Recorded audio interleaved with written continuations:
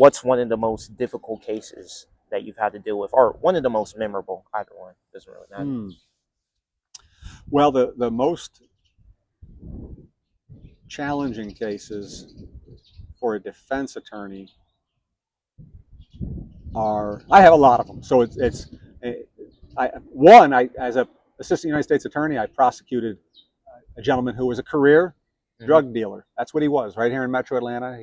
He's kind of medium level, low to medium, just kind of making a living, not particularly big fish, but he was prosecuted federally, and because of his prior convictions, he was convicted of selling only about 2 ounces of crack cocaine, but he got a life sentence.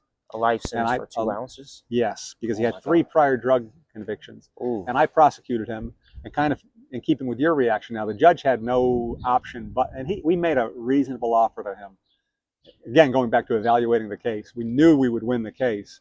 We made a very reasonable offer to him, and he rejected it. And at the time, I felt like, that's the choice he made. But that compassion in me, when I left the U.S. Attorney's Office, I wrote him a letter. I reached out to him and I said, listen, the interesting thing too is that he and I were born the same year. So I always knew when I had a birthday, I knew Lewis was there in prison, a couple months after me, celebrating the same birthday number. But I reached out to him, and as it worked out, Obama kicked up the clemency program and focused on people with really long drug sentences for. Oh, and by the way, he sold a lot more than the 2 ounces that he was convicted of, but still, that's the count that he was convicted of in the indictment. But at any rate, I assisted in getting a clemency petition in for him, and he was pardoned by President Obama after serving something like 15 years, which was not too far off.